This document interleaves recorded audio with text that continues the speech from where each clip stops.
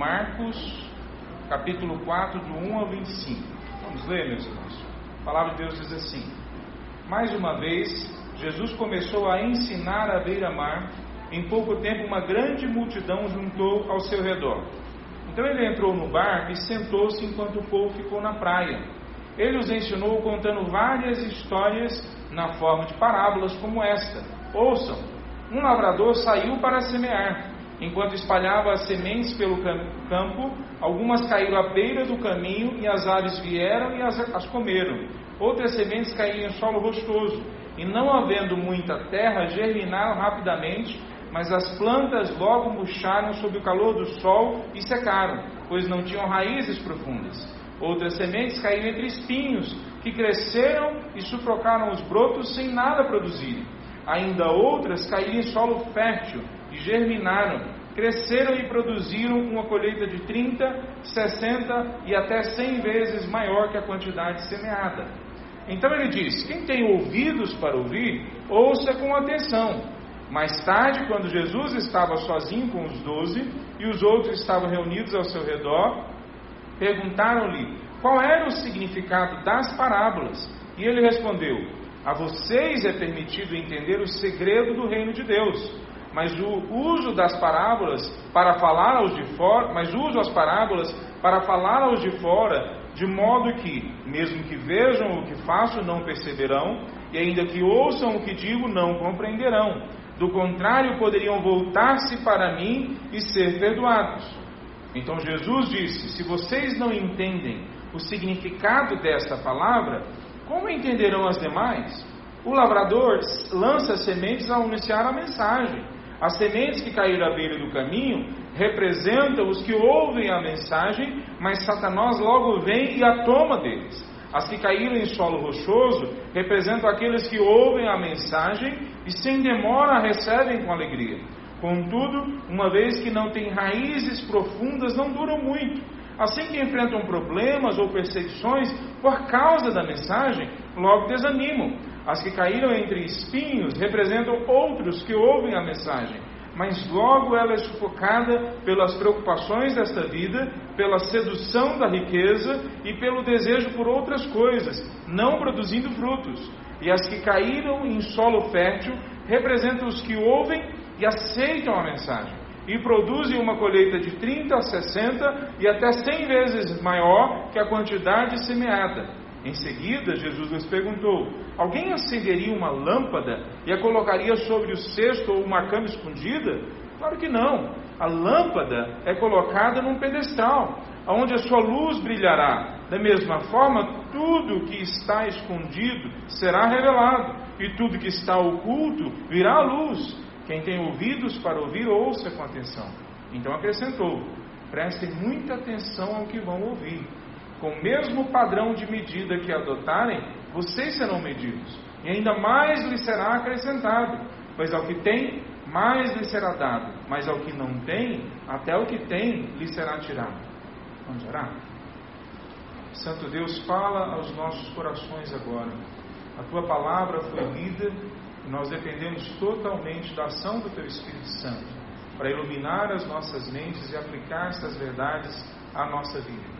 Deus, cuida da gente agora, protege a gente com o Teu poder e que a gente possa ser guiado por Ti. Em nome de Jesus. Amém. Poder sentar, meus irmãos. Nossos corações sempre estão abertos para algumas verdades. Sempre. A gente sempre está aberto para alguma mensagem que chega até a gente. E nós sempre também estamos fechados para outras mensagens. Na verdade, isso aí é uma realidade que a gente não precisa nem da palavra de Deus para nos falar. Estudos sociológicos, antropológicos mostram isso. Nós somos mais tendenciosos para ouvir certas coisas e entender certas coisas que o nosso contexto, a nossa cultura, a nossa família abriu para nós, que a nossa família, a nossa história mostrou para nós que é coerente, que é consistente com a realidade das coisas. E nós somos mais fechados para coisas que a gente não ouviu na nossa história familiar, na nossa cultura. Então nós somos fechados a acreditar em certas coisas que não são comuns à nossa vida, que para nós não fazem sentido. Então isso é normal, nós somos fechados para algumas coisas e abertos para outras coisas. Mas quando a gente ouve a palavra de Deus, a gente tem que tomar muito cuidado acerca disso. A palavra de Deus traz certas verdades que na nossa cultura não são comuns. Na nossa família não foram ensinadas para nós. Muitas vezes na nossa própria igreja, ou nas igrejas que nós passamos, também não são mensagens muitas vezes pregadas ou vividas. Então é muito perigoso a gente chegar perto da palavra de Deus com a sensação de que nós estamos julgando a palavra, ao invés de sermos julgados pela palavra. A gente precisa chegar diante da palavra de Deus com um profundo temor e clamar a Deus: Senhor, abra aquelas barreiras que estão dentro de mim para não querer ouvir, ou não querer aceitar, ou não querer aplicar a tua palavra. Porque se tem verdades que eu posso estar fechado lá fora, a palavra de Deus não pode estar no meio dessas. Eu tenho que estar aberto completamente à palavra de Deus. O que esse texto mostra para a gente é que o grande semeador, Jesus Cristo, e veja só, a gente já começa por aqui a entender o texto. Nesse texto, o semeador, em primeiro lugar, é Jesus Cristo. E não eu, o pregador aqui hoje no culto, e não qualquer outra pessoa, mas Jesus Cristo. O Espírito Santo de Deus, o Senhor Deus, é o grande semeador, é o pregador. Ele é que fala diante de todos. Então, quando o grande semeador fala, ele envia a sua mensagem desafiando a gente a avaliar qual é o tipo do nosso coração. Se o nosso coração é fechado ou se o nosso coração é aberto à mensagem dele. E ao mesmo tempo, quando nós ouvimos esse texto, nós também podemos pensar qual é o coração das pessoas que estão na nossa frente, para quem nós pregamos, para quem nós falamos do Evangelho, diante de quem nós vivemos o Evangelho, porque o Evangelho não pode ser só palavras, tem que ser palavras junto de ações. Então, quem são essas pessoas na nossa frente?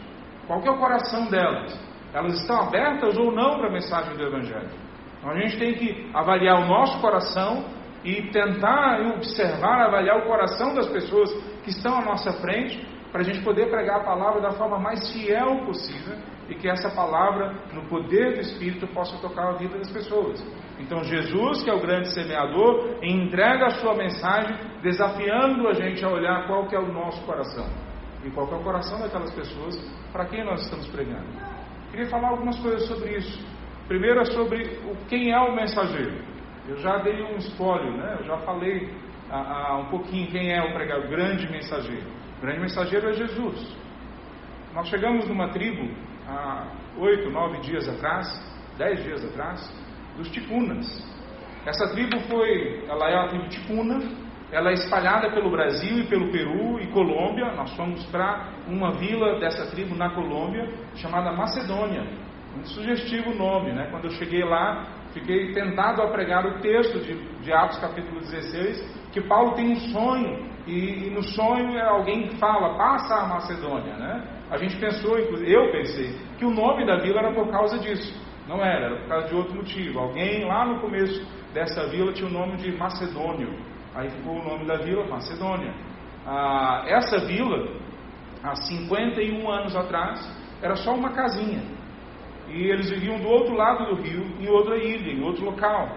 E alguém foi até lá pregar a mensagem. O nome dessa pessoa é Ben-Hur. E esse Ben-Hur, que veio de um outro local, também indígena, foi até eles e pregou a mensagem do Evangelho, e como pregador ele conseguiu alcançar o coração de algumas pessoas. Essas pessoas mudaram para esse local, onde hoje se chama Macedônia, e iniciaram a criação, a fundação desse local, essa vila. Hoje eles têm mais de 1.000 pessoas morando nesse local. Todos eles são evangélicos, ouviram o Evangelho há 51 anos atrás e hoje são evangélicos. Então Ben-Hur é um mensageiro, está na história.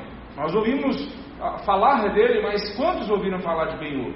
Quase ninguém. Muitos de nós pregamos por aí, muitos missionários vão pelo mundo pregando e são mensageiros semeadores da palavra de Deus.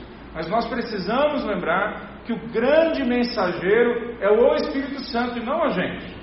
Ele é quem convence as pessoas do pecado, da justiça e do juízo. Quando a gente chegou nesse local, a gente viu as pessoas várias vezes falando do Espírito Santo de Deus, e de Deus, e de Jesus Cristo. Mas em alguns momentos, aqueles que tinham o Evangelho há mais tempo, que o Evangelho já foi se fechando dentro de estruturas e tradições, algumas dessas pessoas a gente viu na vida delas que talvez eles já não estivessem mais abertos a ouvir do grande mensageiro, do grande semeador, a palavra de Deus. Alguns deles falavam de Deus, mas talvez já não viviam tanto. Uma vila de mais de 1000 pessoas, a minoria deles frequentam a igreja. Todos eles são considerados evangélicos, cristãos evangélicos, mas a minoria deles vão para a igreja. Não é a mesma coisa que acontece com a gente? Falamos tanto de Deus na nossa cultura aqui em Goiânia, e muitas vezes, ou a maioria de nós, muitas vezes, não ouve mais de Deus há muito tempo. Não se abre mais para o grande mensageiro há muito tempo. Então, se por um lado a gente tem alguns mensageiros que vão por aí, eu não sei se vocês se lembram, quando nós falamos de João Batista, no capítulo 1 de Marcos, nós falamos que, guardadas devidas diferenças históricas e que o uso que Deus faz para João Batista na história, nós somos também a voz do que clama no deserto, ou vozes que clamam no deserto. Nós vamos lá fora e nós preparamos o caminho do Senhor. E nós só fazemos isso quando nós pregamos a mensagem dele. Não há a possibilidade da gente preparar o caminho do Senhor pregando uma outra mensagem de afirmação do ego da pessoa, afirmação da autoestima da pessoa, ou afirmação de padrões culturais que ela recebeu fora do cristianismo. Não interessa quão boa sejam as mensagens que estejam lá fora. Nós só somos a voz ou vozes que clamam no deserto, preparando o caminho do grande mensageiro, que é Cristo Jesus, quando nós pregamos a mesma mensagem que Ele. Aqui nós chegamos ao segundo ponto. Se o lavrador, ou o grande mensageiro, é Jesus, então qual é essa mensagem que Jesus prega? Que o Espírito Santo de Deus prega? Que Deus fala a todos os homens. Porque Deus fala a todos os homens, não só a alguns. Veja, no primeiro lugar, quando Jesus fala esse texto para nós, a grande mensagem que tem aqui é a mensagem do reino de Deus. Ele fala em outros locais, o reino de Deus está próximo. Quando João Batista fala, o reino de Deus está próximo, ele está dizendo, o reino de Deus está chegando. O Senhor Jesus, o Messias, ele vai chegar e vai trazer o reino de Deus. Mas quando o próprio Messias, o Senhor Jesus, fala a mensagem, agora ele não fala que o reino de Deus está chegando no sentido de que ela está vindo. Ela está chegando no sentido de que ela está aqui. Agora é só você dar um passo que você entra dentro desse reino, que você entra dentro desse espaço onde é o Senhor que comanda os seus pensamentos, os seus desejos, a sua vida, as suas decisões. Então o reino de Deus está próximo porque agora eu posso só dar um passo e entrar dentro desse reino. Então a primeira mensagem, ou de uma forma mais imediata, quando Jesus fala da mensagem que está sendo semeada no coração das pessoas, em primeiro lugar ele está falando da mensagem do reino. As parábolas são acerca do segredo do reino de Deus. A vocês, discípulos, e o Senhor Jesus fala, ele abre o segredo do reino de Deus. Esse segredo todos poderiam ouvir. Salmo 19 diz que a glória de Deus é conhecida em toda a criação, todos podem ver, mas muitos decidem não ver. Romanos capítulo 1 diz a mesma coisa, que aquilo que se poderia ser conhecido acerca de Deus está manifesto na criação, mas as pessoas decidem não conhecer. Veja, então, em primeiro lugar, não só nessa parábola, mas em todas as outras parábolas, Jesus está mostrando as características do reino. Esse reino é para quem abrir o coração, tem uma porta estreita nesse reino, não larga, não são todos que entram, são aqueles que colocam a sua cruz sobre a cruz de Cristo em si e vão e seguem. Essas parábolas que falam do filho pródigo, que na verdade não é o filho pródigo, é o pai pródigo. Quer dizer, não é o filho que parece desperdiçar porque desperdiça alguns bens. É o pai que se desperdiça todo, que se entrega todo em amor pelos dois filhos, o mais velho e o mais novo. Então, um conjunto de parábolas mostrando características do reino de Deus. Mas a segunda coisa que a gente vê nesse texto sobre a mensagem do reino é que ela é acerca de toda a palavra de Deus.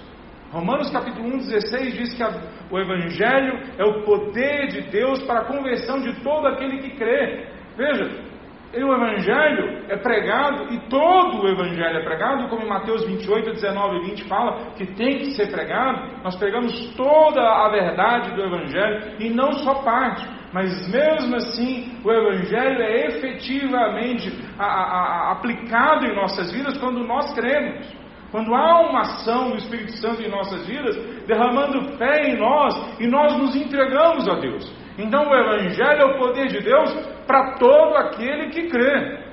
Se nós não cremos, há um problema na ação do Evangelho. Se nós nos fechamos, o solo do nosso coração, que vamos falar em seguida, não está preparado, não germina, não frutifica. A nossa vida não vai na direção que o Evangelho quer para nós. Então, quando nós olhamos, chegamos no meio do povo ticuna, treinamos os discípulos, treinamos os missionários, alguns já estão trabalhando como pastores, um deles, a Javier, se eu não me engano, se eu não confundi o nome dele, é esse, Mateus saiu para eu confirmar, né? Javier, um senhor de uns 70 anos de idade, baixinho, bem, assim, não parece ter força física, mas ele atravessou todos os dias que a gente estava lá, de manhãzinha cedo, atravessou o rio no remo, e quando terminava a aula, 9, 10 horas da noite, ele atravessava de volta para a ilha dele. Um rio caudaloso, o Amazonas. Ele atravessava de um lado para o outro para ouvir a palavra de Deus. Então, qual que é o coração desse homem?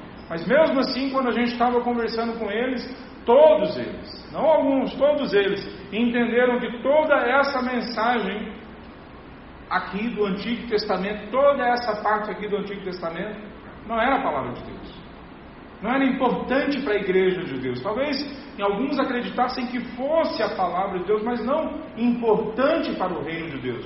Todos eles pegaram uma grande porção da palavra de Deus e colocaram de lado, assim como muitas vezes nós fazemos. E como é que eles colocaram de lado? Diferente da gente? Não, muitas vezes da mesma forma. Eles começaram a falar, por exemplo, que no Antigo Testamento era lei, mas agora é graça. Então Deus muda? Então quando Deus escolhe Israel no Antigo Testamento, sem Israel não merecer, isso é lei? Ou é graça de Deus? Então em Salmo 51, quando o salmista Davi chega diante de Deus e fala: Senhor, eu sei que o Senhor não agrada de sacrifícios, mas tem misericórdia de mim, não tire o seu espírito de mim. Por que o salmista está falando isso? Porque ele sabe que as misericórdias de Deus se renovam a cada manhã. Mas quando nós alimentamos que certas partes da palavra de Deus são graciosas e misericordiosas e portanto úteis, e outras não são, o que é que nós fazemos? Nós desmembramos, nós repartimos, nós separamos a palavra de Deus, escolhemos só aquela parte que são agradáveis aos nossos ouvidos. Paulo fala em 1 Timóteo capítulo 4 que isso iria acontecer com a igreja. Que iria haver pessoas dentro da igreja que iam querer ouvir só aquelas coisas que traziam comichão no ouvido, que faziam elas ficarem bem consigo mesmas. Mas a palavra de Deus não é assim.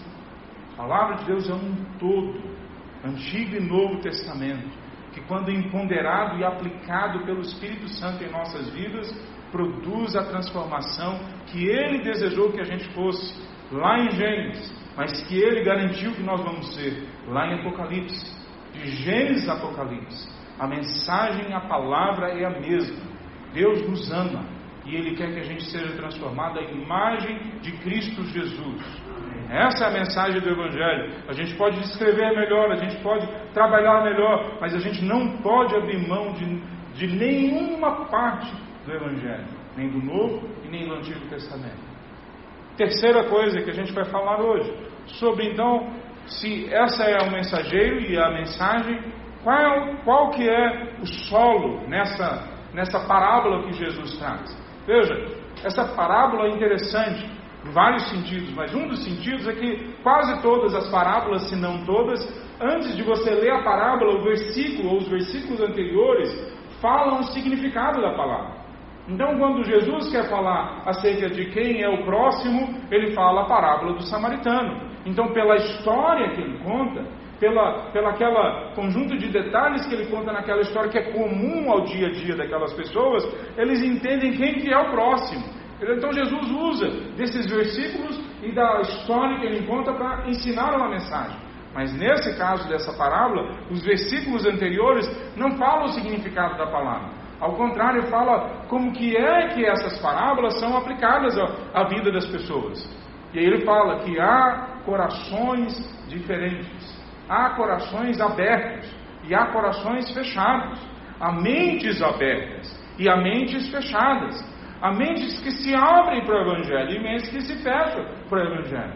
Tim Keller, um escritor americano, pastor, ele diz que 95% ou mais dos americanos acreditam em Deus. Na verdade, essa porcentagem pode ser aplicada ao mundo inteiro. Se nós pegarmos as outras religiões, mais de 90% das pessoas no mundo acreditam no sobrenatural. Mas tem uma pequena porcentagem de pessoas no mundo que não acreditam, e elas reduzem o mundo e a história e a vida para um pedacinho muito pequeno. Quem é que tem a mente fechada? Quem acredita no sobrenatural ou quem não acredita no sobrenatural? Parece que as pesquisas mostram isso. Quem se fecha longe do sobrenatural se torna uma mente menor, considera menos possibilidades na vida. Então, quando nós olhamos esse texto, Jesus está constatando, está falando que ao Ele falar, naquele momento, para os seus discípulos e para as pessoas em volta, Ele sabe que tem pessoas com coração diferente ouvindo Ele. Dentre nós aqui, alguns de nós estão muito abertos para o Evangelho, outros estão muito fechados para o Evangelho. Quem é você? Então, quando nós olhamos, Ele fala de 4 tipos de solo. Ele fala da semente que cai à beira do caminho. Veja, é o caminho que é importante. A semente é a mesma, é a mensagem do Evangelho. Então, essa semente que cai à beira do caminho, parece estar falando dessas pessoas que estão em volta de Jesus, como os fariseus, como os escribas, talvez como alguns outros que não são religiosos, estão ouvindo, mas não estão nem prestando atenção. Não é importante para eles aquela mensagem. Não é a respeito da vida deles. Qual que é a importância disso? Na mesma velocidade com que elas ouvem, Satanás vem e arranca do coração delas. Na mesma velocidade com que o raciocínio delas é afetado pelo primeiro impacto, quando a palavra entra no cérebro, um outro raciocínio vem e toma aquela mensagem e joga para fora do pensamento deles, do arrazoar deles. Veja, a fé nunca é contrária a pensar. A fé nunca é anti-intelectual. Muito pelo contrário. A fé, ela surge a partir de um processo de arrazoar, de pensar, de discutir com a gente mesmo acerca daquilo que a gente está ouvindo. Quando a gente aprende a ler livros, por exemplo,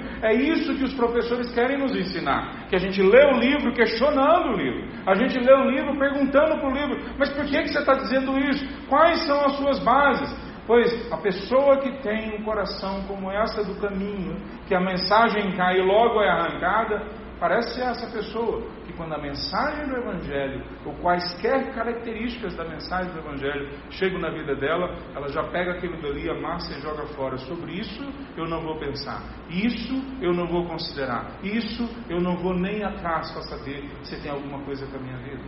O segundo solo que é apresentado por Jesus é o solo sem raízes.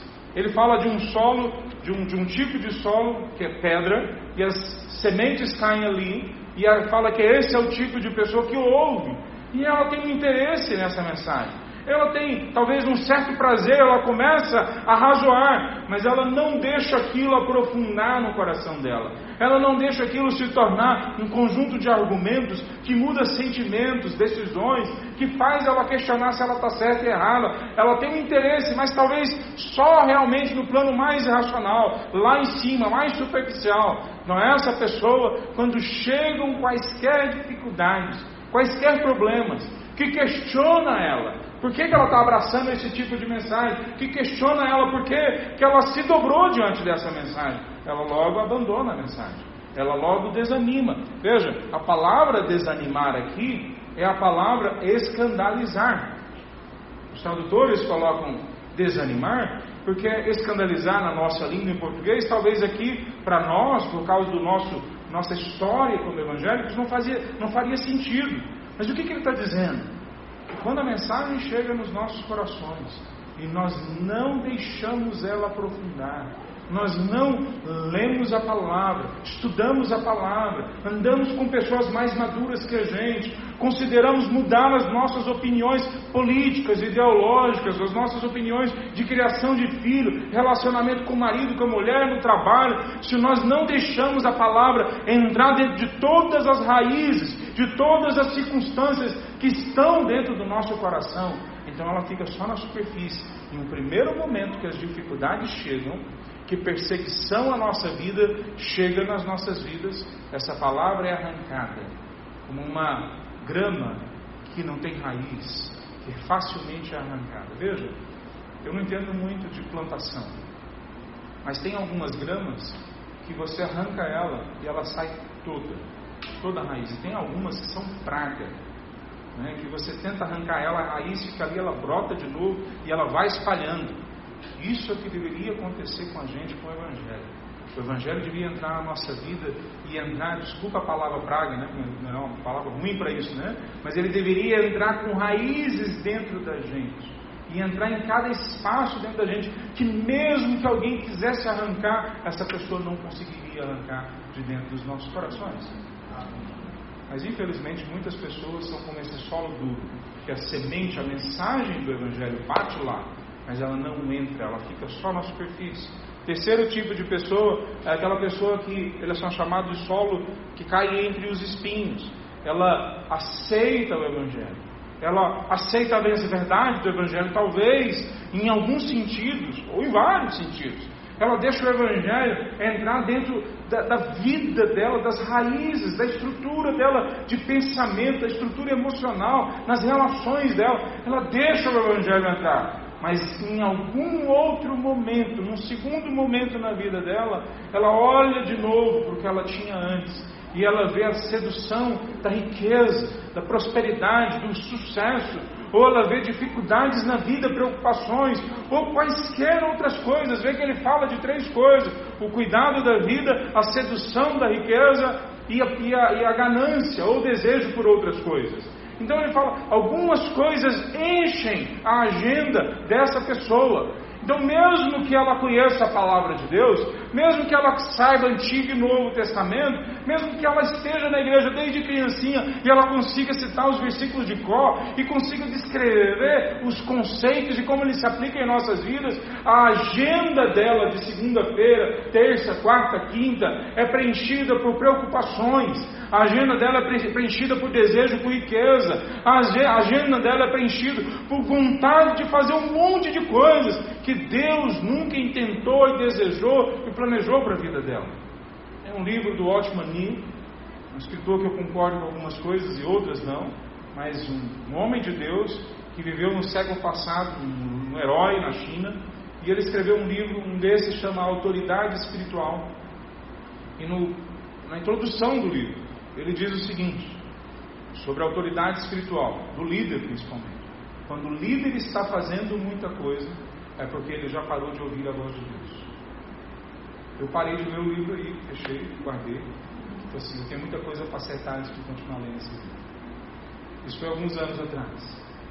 Meus irmãos, quando nós estamos fazendo muitas coisas, quando nós desejamos cada vez mais e mais e mais riqueza, mais sucesso, mais prazer, quando nós desejamos mais reconhecimento, quando nós desejamos cada vez mais, ou quando as preocupações são tão grandes, as dores que nós temos são tão grandes, que a única coisa que nós pesamos nas nossas decisões, no próximo passo que damos, é as dores que temos. São essas coisas que nós colocamos na balança para decidir, não, isso aqui vai me trazer mais dor, não, isso aqui vai me trazer sofrimento, não, eu não consigo, e a comiseração entra na gente, o desejo de ter pena da gente, dos outros terem pena da gente, ou em outro sentido, o desejo por brigar e por lutar pelo nosso espaço, porque aí nós assumimos aquele espírito belicoso, então só a briga, só a confrontação vale para afirmar a gente. Quando essas coisas vão enchendo a nossa agenda,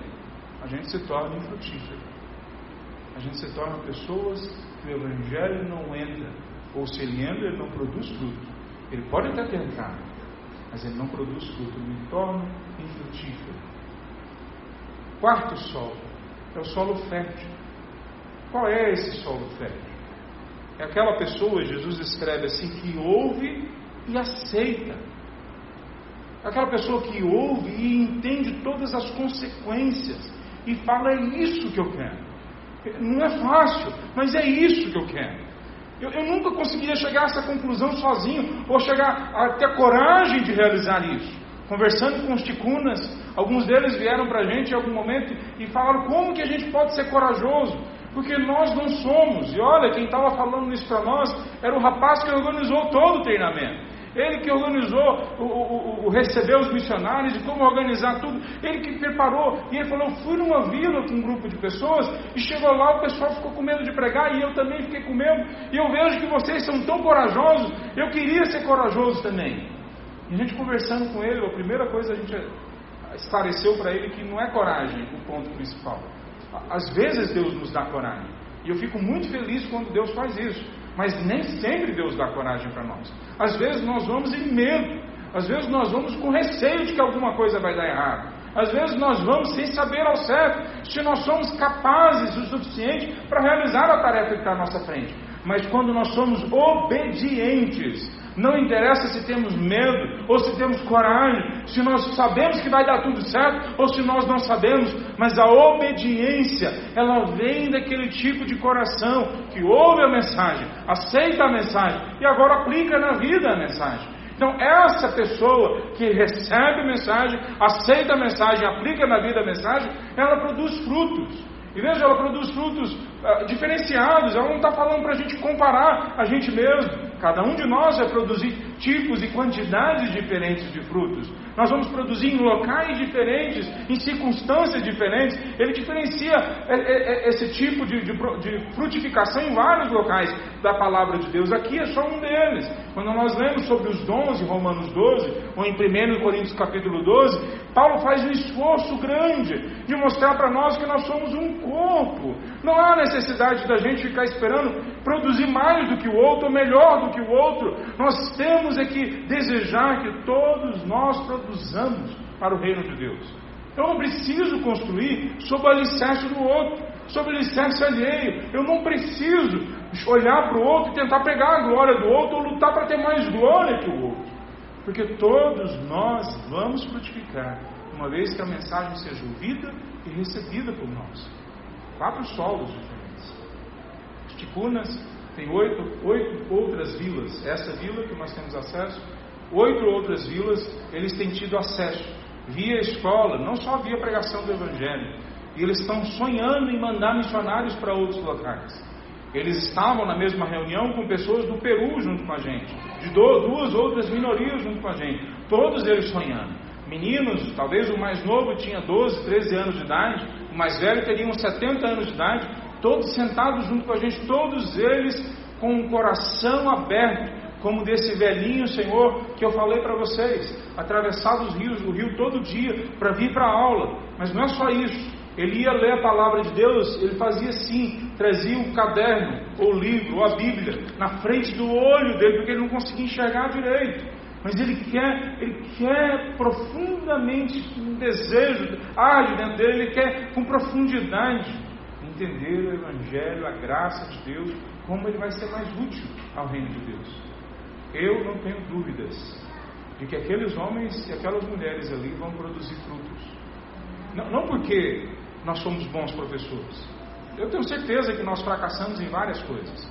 Não porque simplesmente nós conseguimos organizar um planejamento que agora eles vão ser missionários, mas porque o coração deles era aberto a ouvir a mensagem de Deus e eles já queriam entender como aplicar a mensagem de Deus na vida deles. Qual é o seu coração? Qual é o coração que você tem?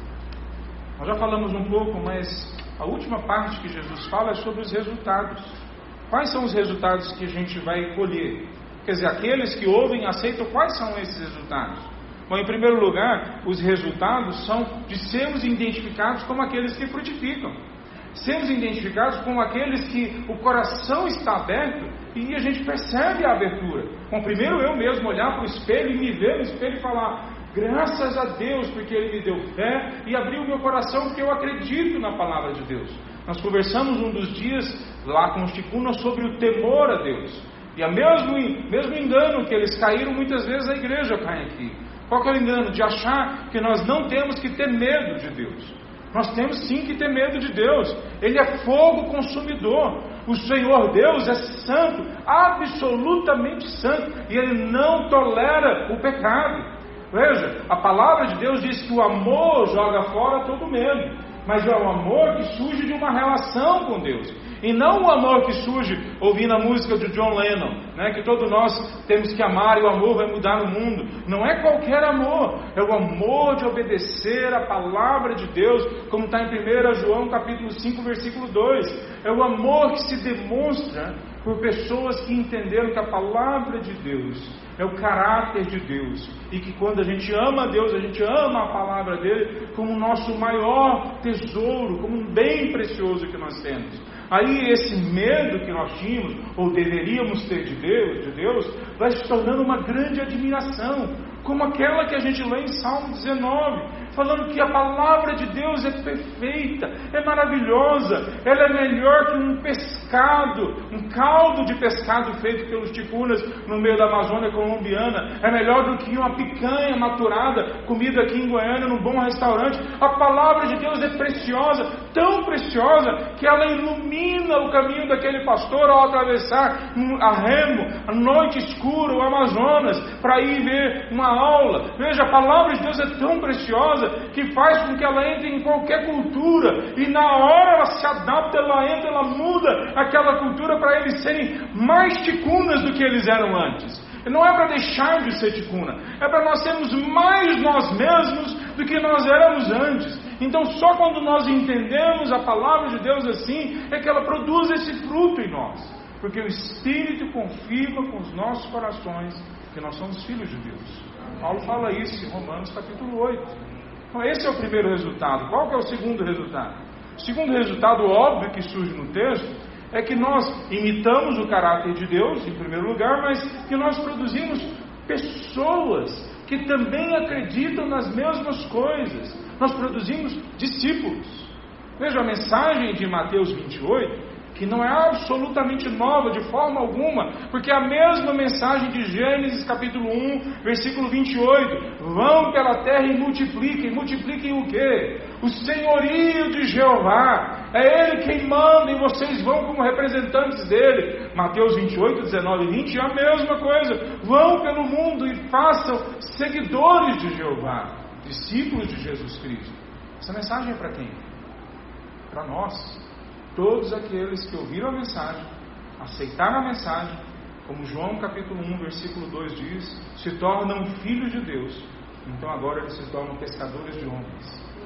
Pescadores de homens que vão aonde Deus mandar. Não precisa ser na Amazônia colombiana. Então, o que é que nós precisamos olhar quando nós falamos desses resultados? Veja, tem uma coisa a mais que ele fala na sequência. É interessante que quando a gente lê esse texto na sequência, que fala que a lâmpada não pode ser escondida, ela tem que ser colocada lá em cima, normalmente a gente vê num outro contexto, mas aqui os frutos já são uma realidade na vida de alguns.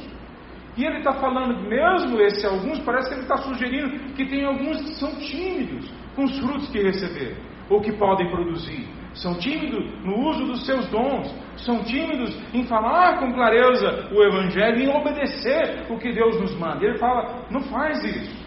Pega o que Deus já deu para você e coloca em evidência. Não tenha medo disso. Tenha certo que a sua palavra é a palavra dele, não muda para ficar mais bonita, não coloca outras palavras mais engraçadas, ou mais interessantes, ou mais conceitualmente bonitas. Não fala o que Jesus falou, mas fala. Se o Evangelho já entrou na sua vida e já te transformou, então coloca a luz do Evangelho que está na sua vida em evidência, que você agora é um filho da luz, é um filho do Senhor Deus. E ele fala na sequência um texto que em outros locais é interpretado de outra forma, mas nesse contexto Marcos coloca nesse outro sentido. Ele fala, prestem atenção ao que vocês vão ouvir, e com o padrão que vocês adotarem, vocês serão medidos, e ainda mais lhes será acrescentado. Em outros locais isso é falado como julgamento. Aqui Marcos está falando em outro sentido. Paulo está falando o seguinte: quanto mais generoso você for, mais generosidade você vai receber de volta. À medida que você decidir usar o que Deus te deu, mais Deus vai dar para você, mais você vai colher da vida das pessoas. Quanto mais você entregar, porque é melhor dar do que receber, mais você vai receber de Deus, e como consequência da obra de Deus através de você, vindo da vida das pessoas. Então, o que é que nós colhemos numa viagem como essa para os Ticunas? O que é que nós colhemos? Nós colhemos um coração cheio que não dá vontade de voltar mais para Goiânia. Conversa com o Mateus para você ver depois. Conversa com qualquer um dos que foram. O que a gente colhe quando a gente vai para um local desse? Olhem depois as nossas fotos, sempre tem um homem parecido com o Mateus um pouquinho, sentado atrás das fotos. O nome dele é Márcio.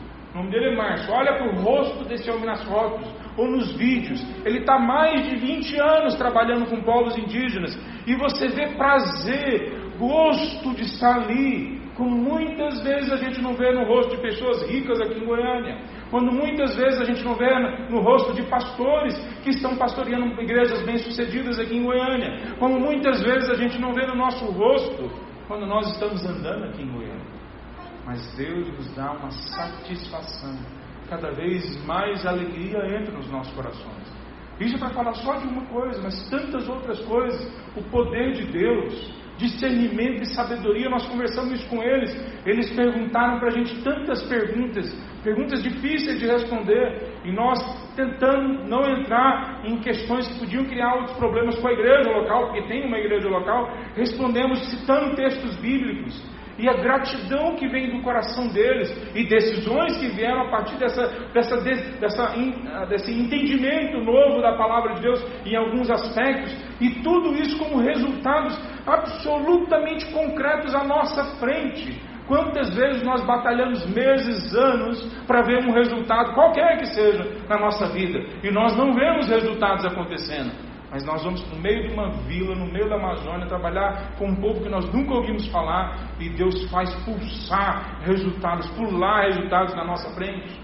Então o que é que nós ganhamos quando nós colocamos os nossos dons, quando nós colocamos a nossa vida, quando nós colocamos aquilo que nós já entendemos do Evangelho para a evidência e trazemos para a luz e falamos: aqui está, Senhor, pode usar, aqui está, vocês todos que estão vendo, é isso que Deus fez na minha vida. O que é que nós ganhamos? Nós ganhamos plenitude de vida. Nós ganhamos a certeza de que Deus está agindo em nós e através das nossas vidas. Nós ganhamos resultados na vida de pessoas que estão andando ali porque nós estamos com elas. E se nós não estivéssemos ali, se não houvesse um homem chamado Márcio, levando homens e mulheres para dar aula para algumas tribos indígenas na Amazônia brasileira, colombiana e outros locais, provavelmente algumas dessas tribos ainda hoje não teriam ouvido falar do Evangelho. Se não houvesse um monte de homens por aí que nós nem sabemos o nome deles, fazendo esse mesmo trabalho do Márcio, nós não veríamos o Evangelho sendo falado nesses locais. Não teríamos a alegria de ver índios, pessoas de outras culturas, de outros países aceitando o Evangelho. E a gente não teria essa alegria que Deus coloca dentro dos nossos corações, que quando a gente tenta descrever, a gente descobre o que Pedro achou lá em 1 Pedro capítulo 1, que a alegria que Deus quer dar para nós é indescritível, não dá para explicar com palavras. Ela é maior. Quando a gente começa a explicar, a gente se sente falhando com ela, porque parece que a gente não consegue ser justo com tudo que Deus deu para nós. É isso que Deus tem para nós. Quando a gente recebe a mensagem, que a gente abre os nossos corações, Ele quer deixar a gente de vida plena. Quanto mais nós dermos, mais nós receberemos. Amém. Então, como que eu quero concluir esse sermão hoje? Eu queria concluir com algumas perguntas para você responder. O que é que enche o seu coração? O que é que faz você vibrar? Isso que faz você vibrar tem a ver com a palavra de Deus na sua vida? Ou não? São as preocupações? São as riquezas? O que é que faz você encher o coração? O que é que faz, ou o que é que enche a sua agenda de segunda-feira? É o acordar de manhã, lendo a palavra de Deus e orando? O que é que enche a sua agenda? É separar tempo para ligar para alguma pessoa que você sabe que precisa de uma palavra de consolo, talvez uma oração, talvez entender um pouco mais do Evangelho. O que é que enche a sua mente? O que é que enche a sua agenda? É ganhar dinheiro para você estar cada vez melhor? Ou ganhar dinheiro porque você sabe que assim você está sendo honesto, justo com a sua provisão familiar, mas ao mesmo tempo tendo mais recursos para ajudar pessoas, ajudar no reino, ajudar projetos missionários, para expandir a graça de Deus através dos nossos bens, através das nossas posses? Quais são as coisas que enchem a sua agenda de segunda-feira? Pois essas coisas que enchem a sua mente e a sua agenda é aquilo que você entendeu do Evangelho até agora. Qual é o solo do seu coração? É o trigo ou é o joio que você tem plantado e alimentado e deixado crescer? Que Deus possa hoje nos ajudar a que seja o joio, o trigo, olha só, que seja o joio a ser tirado e o trigo a crescer em nossas vidas. Que Deus possa nos ajudar hoje a avaliarmos conforme a palavra de Deus os conteúdos que temos tanto na nossa mente quanto na nossa agenda, tanto aqui dentro, onde ninguém pode ver, quanto na nossa agenda, onde todo mundo pode observar. Vamos ficar em pé, meus irmãos, mais uma vez?